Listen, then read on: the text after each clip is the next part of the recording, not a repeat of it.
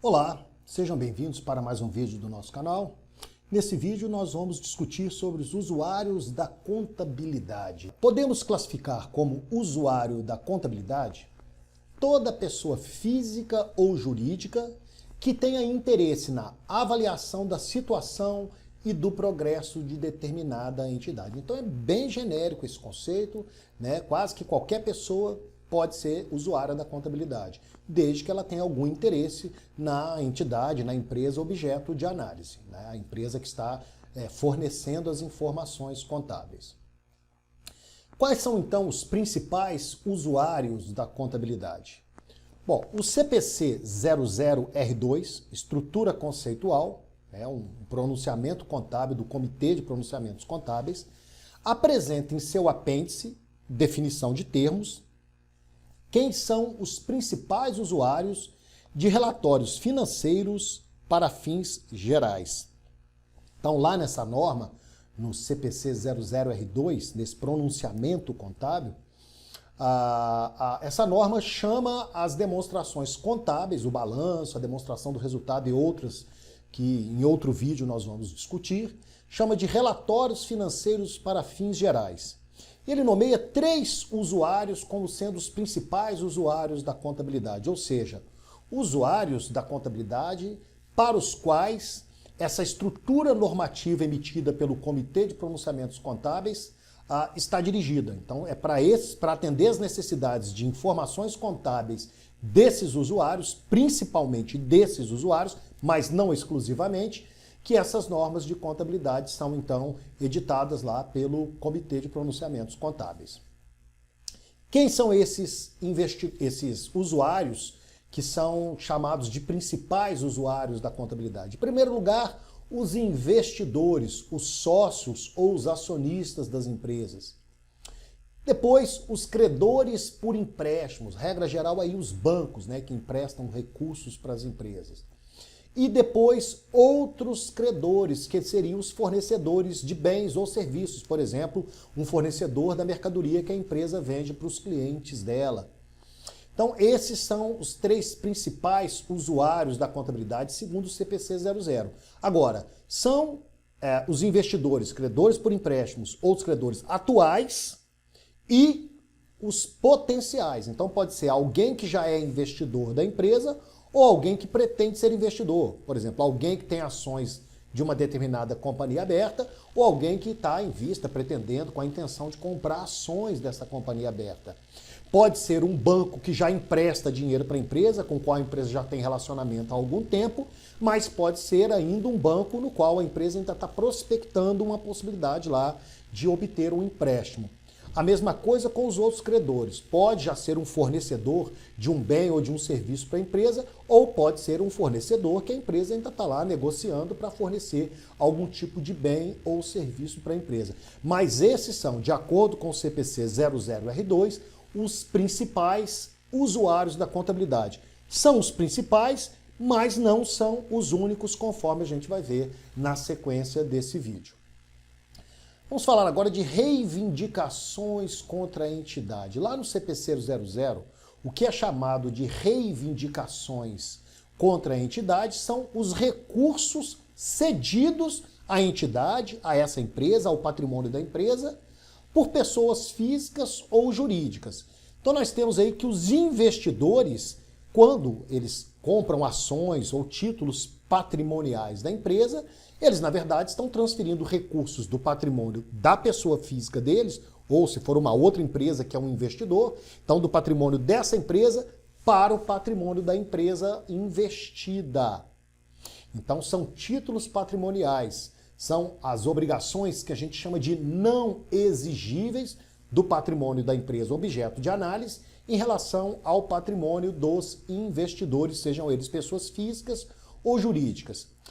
Já os credores por empréstimos, as reivindicações são os títulos de dívida. Então, quando um banco empresta dinheiro para a empresa, para o patrimônio da empresa, estabelece uma relação contratual entre a empresa e o banco, e dessa relação contratual, né, desse empréstimo que é realizado, a empresa recebe os recursos, mas também assume a responsabilidade, a obrigação de pagar isso no futuro. Então isso gera para a empresa um título de dívida, uma dívida a pagar, uma obrigação exigível. A mesma coisa acontece com os outros credores. Então, quando a empresa compra a prazo de uma outra empresa, é gerado um título de dívida que cria para a empresa uma obrigação de pagar essa dívida no futuro.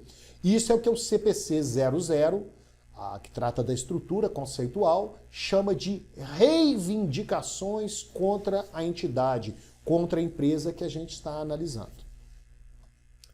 Investidores. Bom, os investidores são os provedores de capital de risco e os seus analistas, que se preocupam com o risco inerente ao investimento e o retorno que esse investimento produz. Eles necessitam de informações para ajudá-los a decidir se devem comprar, manter ou vender os investimentos que ele tem na empresa. Então, digamos que essa empresa seja uma sociedade por ações, ele vai usar as informações contábeis sobre a empresa para decidir se ele compra novos títulos patrimoniais, novas ações dessa empresa, se ele vende os títulos patrimoniais que ele possui, ou se ele mantém os títulos patrimoniais que ele já possui. Os investidores também estão interessados em informações que os habilitem a avaliar se a entidade tem capacidade de pagar dividendos. Dividendos são lucros distribuídos pela empresa para os seus investidores, para os seus sócios, para os seus acionistas. Então há um interesse muito maior dos investidores quando a empresa é uma empresa boa geradora de lucros e que distribui uma parte desse lucro para os investidores. É o retorno do capital investido, do investimento que esses investidores fizeram. Credores por empréstimo. Estes estão interessados em informações que lhes permitam determinar a capacidade da entidade em pagar os seus empréstimos e os correspondentes juros no vencimento. Então, o banco empresta dinheiro para a empresa na expectativa de que a empresa vai pagar esse empréstimo acrescido dos respectivos juros contratados lá na negociação do empréstimo que empresa e banco fizeram. Então, o que a instituição financeira, o que o banco está preocupado em saber é se a empresa vai pagar o dinheiro que ele emprestou. Outros credores. Os outros credores estão interessados em informações que lhes permitam avaliar se as importâncias que lhes são devidas serão pagas nos respectivos vencimentos. Então, é exatamente da mesma forma que o banco. Então, quando uma empresa vende a prazo para outra, o que ela está fazendo é concedendo crédito para essa outra empresa. Ela quer ter algum tipo de convicção, algum tipo de informação que lhe permita chegar à conclusão de que o crédito que ela concedeu será pago na data do vencimento. Então ela está preocupada em receber o crédito que ela concedeu para a empresa. Agora vamos falar de outros credores, além daqueles três que são os principais. Nós falamos dos investidores, dos credores por empréstimo e dos outros credores, os fornecedores de bens e serviços, que são os principais usuários da contabilidade de acordo com o CPC 00R2, estrutura conceitual. Agora, esses usuários têm interesse no patrimônio da empresa. Agora, outros usuários também podem ter interesse. Entre eles, os clientes. Os clientes têm interesse em informações sobre a continuidade operacional da entidade, especialmente quando tem um relacionamento a longo prazo com ela, ou dela dependem como um fornecedor importante. Então, a partir do momento que um cliente começa a comprar o produto ou o serviço de uma determinada empresa, há uma expectativa, em alguns casos, de que esse cliente deseje comprar ou contratar com essa empresa em outras oportunidades no futuro. Então, esse cliente pode querer usar as informações contábeis da empresa para saber sobre a continuidade operacional dessa empresa, e essa continuidade operacional é que de alguma forma vai dar algum tipo de garantia de que quando ele quiser comprar o mesmo produto, a mesma mercadoria ou contratar o mesmo serviço, a empresa vai estar lá para oferecer para ele. Imagine, por exemplo, um banco que contrata os serviços de uma empresa de manutenção de sistemas de informática, de hardwares, de softwares, e de repente a empresa que fornece o serviço quebra, vai à falência e de uma hora para outra deixa de fornecer esse serviço. Até que o banco possa contratar outra empresa e usar os serviços dessa nova empresa, algum tempo pode passar e o banco ficar em risco sem o fornecimento aí de serviços de manutenção dos seus equipamentos lá que ele precisa para operar suas atividades. Os empregados da empresa. Os empregados e seus representantes, os sindicatos, por exemplo, estão interessados em informações sobre a estabilidade e a lucratividade de seus empregadores.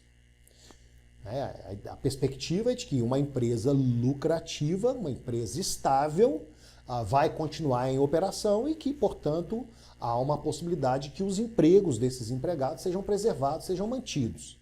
Também se interessam por informações que lhes permitam avaliar a capacidade que tem a entidade de prover a sua remuneração, seus benefícios de aposentadoria e suas oportunidades de emprego e até de ascensão na empresa.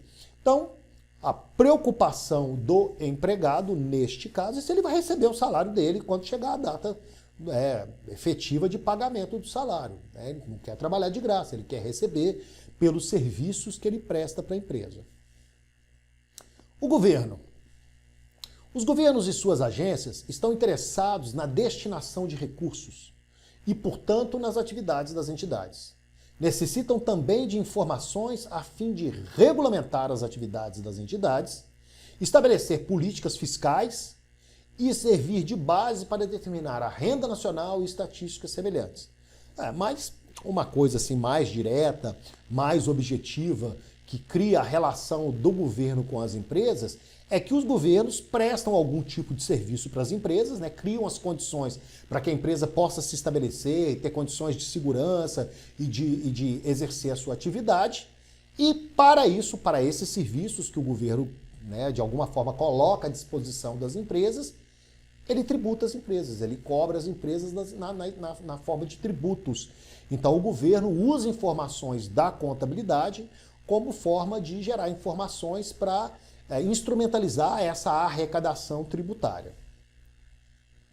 A sociedade de modo geral. A sociedade como um todo interessa-se pelas contribuições proporcionadas por uma entidade na forma de geração de empregos, recolhimento de tributos, dinamização da economia, atendimento de demandas sociais, entre outros. Então, quando uma empresa é instalada numa cidade, numa determinada região, o que se espera é que essa empresa faça algum tipo de contribuição para essa região. Então, na forma de geração de empregos, de recolhimento de tributos, a economia vai ser dinamizada, algumas demandas sociais podem ser atendidas, algumas empresas trabalham com a perspectiva de responsabilidade social, então, além de exercer a sua atividade, ajuda a comunidade de algumas outras formas, e por aí vai. Então, a sociedade tem um total interesse na sobrevivência, no bom andamento das atividades das empresas e que as empresas tenham sucesso. Uma empresa que vai à falência, que fecha suas portas, que encerra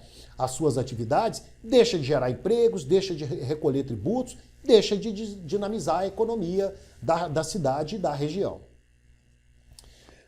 Agora vamos falar de um tipo específico de usuários, são os usuários internos.